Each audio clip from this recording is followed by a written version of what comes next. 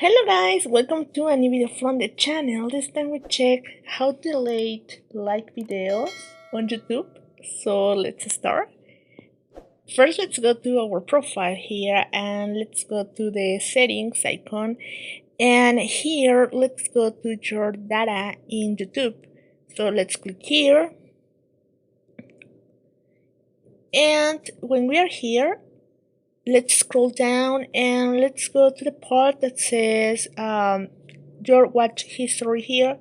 Just click there, and here you will find all the history that you have, videos that you like or something like that. If you want to manage the history, you can do it. Click here and you can start deleting all the information about your videos or the interaction that you have here, your likes videos and dislike videos as well.